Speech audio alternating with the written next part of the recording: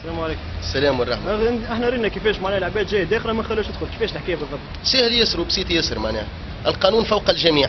القانون اللي ذبحنا به بن علي تو اكثر من 23 سنه وقبله بورقيبه اكثر من 20 سنه. اليوم معناها نفس القانون قاعد يطبق. الاداره معناها البيروقراطيه تو معناها تسكر الباب معناها مساعتين كل كلام. ما تنحى بن علي من الاخر وعلى الاخر، ما تنحى كيف بن علي بالضبط. هو هنا معناها باش الناس تفهم انه لما يقولوا تنحى راس النظام غلط. راهو انا نشبهها حاجه خويا بالوزغه. الوزغه وقت اللي تحس انه فما شكون باش يفترسها تسيب له الذيل نتاعها فايت لها بيه وتهرب تعاود تنبت ذيل جديد. اللي صار في تونس ذيل الوزغه هو اللي سيبوه بن علي سيبوه باش يلهيونا وبقت الوزغه هي بيده. وكنا نقولوا من قبل نقولوا راهي الانتخابات هذه مسرحيه وراهو اللي باش يطلع عليها راهو ما ينجم يكون كان دكتاتور جديد مهما كان يدعي الوطنيه. وهاكم تشوفوا اليوم يتكرموا ناس لا علاقه لهم لا بثوره ولا بحراك اجتماعي ولا بحتى شيء. اليوم تلقى الناس تتصور وتصور وكذا ويتهان شكون اسمع.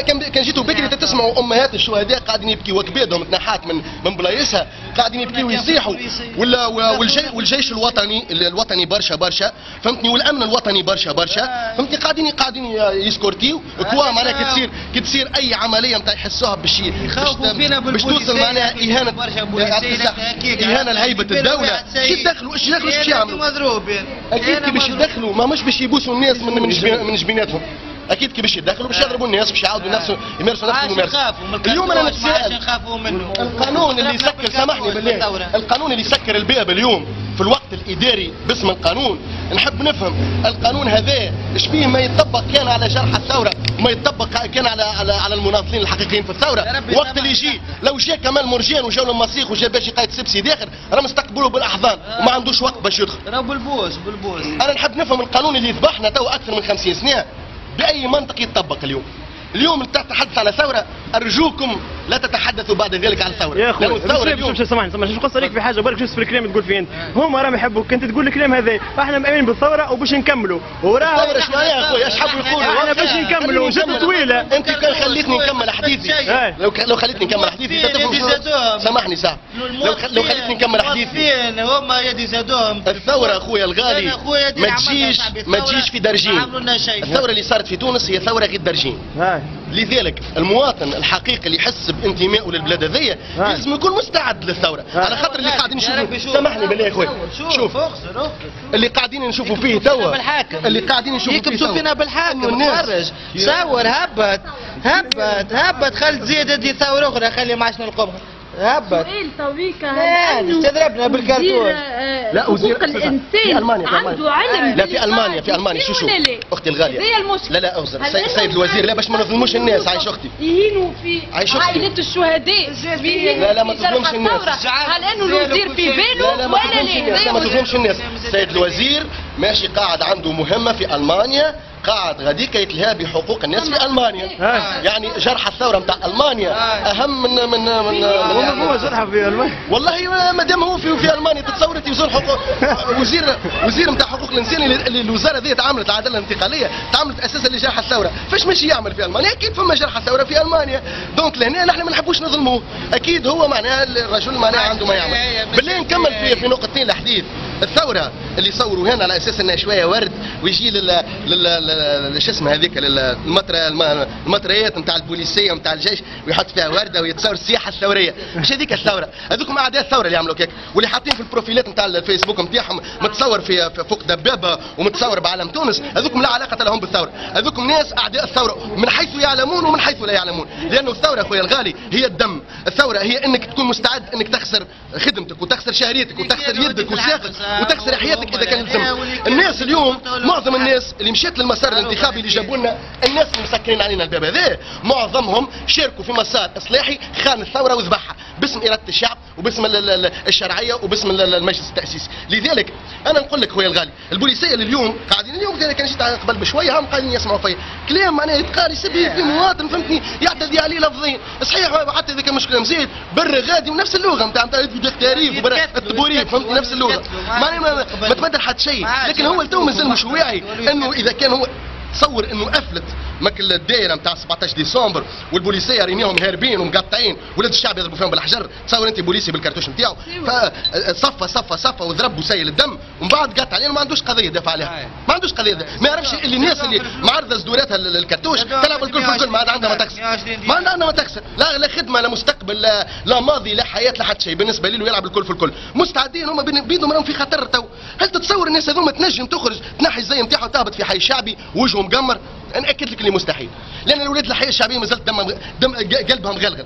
انا واحد من الناس شديت الحبس ونعرف ما معنى البوليس وشنو يمارس، ونعرف اسلوبه في عيشك بالله وكذا واللغه هذيك اللي قدام الكاميرا في الدوره نعرفوا شنو يعمل. ثم نقطه اخرى اسمع ثم حاجه اخرى الحكومه هذه كان جات حكومه ثوريه، الحكومه هذه كان جات حكومه ثوريه ولا لا فما قانون فما قانون نحترم القانون. هو السيد هذا يحكي على البوليسيه اللي قاعدين يسمعوا فيه، انا ما نصورهمش خاطر نحترم القانون. ما تصوروش. اسمعني خلينا من البوليسيه وخلينا من كل شيء، خلينا من البوليسيه وخلينا من كل شيء. الحكومه هذه النهضه والسي بي ار وكل فهمتي، وكان جاو نظاف وكان جاو يحبوا الشعب وكان جاو كذا، راهم مشاو لك الاجتماع اللي صار في مستير وراو هذاك القاعه هذيك رجعوا لنا محبس سجن نتاع السراق نتاع تونس الكل فهمتني، يقعد غادي بيجي قايد السبسي كمال مرجان جغام احمد نجيب الشيبي هذوكم كلها خونه نتاع الشعب، خانوا الشعب قبل وتو كلهم سراق وسرقوا لنا فلوسنا وسرقوا لنا اراضينا ومعناها فهمتني ولاو احتقروا المزمر والزوالي كل شيء.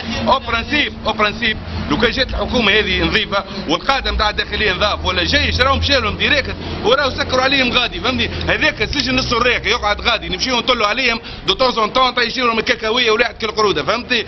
مش خويا الغالي بالله سامحني انا باش شنو يا اخي الاحزاب والجمعيات ويهينوا في عائلات الشهداء ويهينوا في جرحى الثوره. بالله حبيت نشير فما مسألة معناها دقيقة شوية بالله على الأخ اللي احتج على الترويكا وعلى راهو خويا الغالي نحبك تفهم حاجة، مستحيل راهو الناس هذوما ما عندهمش حتى علاقة بالحكم. راهو من يتصور إنه النهضة والسي بي ار وش اسمه والكتكات اللي قاعدين يحكموا معناها واهم النظام هو الذي ما زال يسيطر. انا باش نسألك اسمعني نسألك انا على في الكلام تقول فيه انت ديما تتبع البشر للاخر معناها. انت قلت لي كونوا السي بي ار وهالاحزاب اللي قلت عليها انت في كل ماهيش قاعده تحكم. لا ما عندهاش علاقه بالحكم.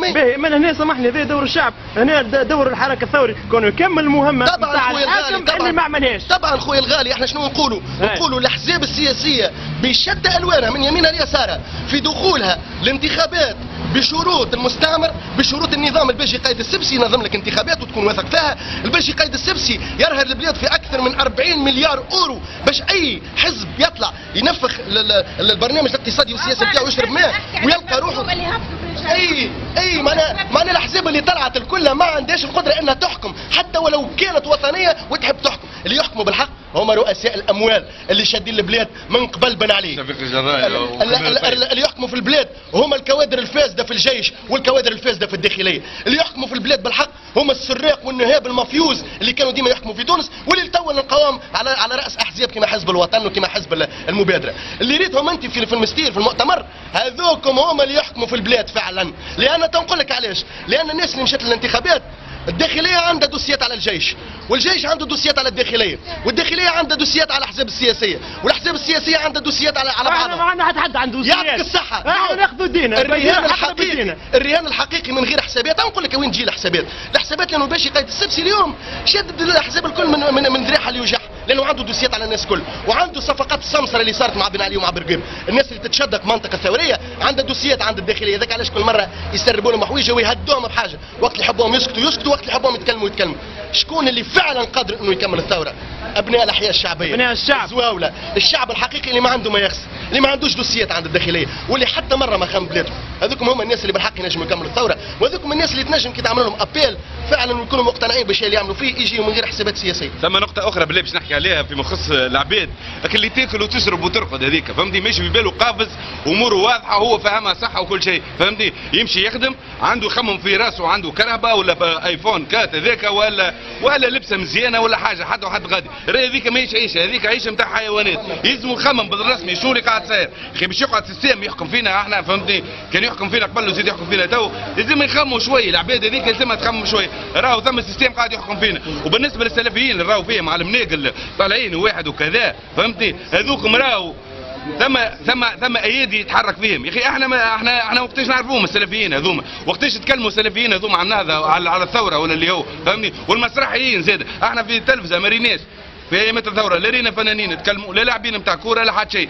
رينا كان رؤوف بن غليان الوحيد فيهم هذاك يتكلم شويه، باقي كلهم ما ريناهمش. لكن امس نلقاوهم يتعاركوا في تونس العاصمه فهمتي، يتعاركوا على حوايج فهمني، واحد يتعارك على المسرح وعلى الابداع وما نعرف شنو، والاخر يتعارك على الدين على الاسلامي وكذا فهمتي. بينما هو الدين موجود والابداع موجود، واللي يحب يبدع يجي يبدع لهنا باش المزمرين هذوما فهمتي ولا ياخذوا حقوقهم. اللي يحب يبدع بالرسمي واللي يحب يطبق الشريعه الى غير ذلك يجي لهنا فهمتي، يجي لهنا يتكلم مع العباد، يتكلم على الناس المظلومين وكذا، ويمشي لسيدي بوزيد ورديف وقفصه وبن عروس وحي التضامن وما نعرفش وين. هذوكم غادي بالرسمي فهمني المشاكل والابداع غادي، اذا كانت تبدع ابدع غادي. وخاصه هذوما العباد اللي تخدم فهمني ولا وماشي في بالها قافزه وفاهم الدنيا صح فهمني، يخدم وياكل ويشرب ويمشي يرقد، راي ما هيش عيشه هذيك، ما هيش عيشه وكا.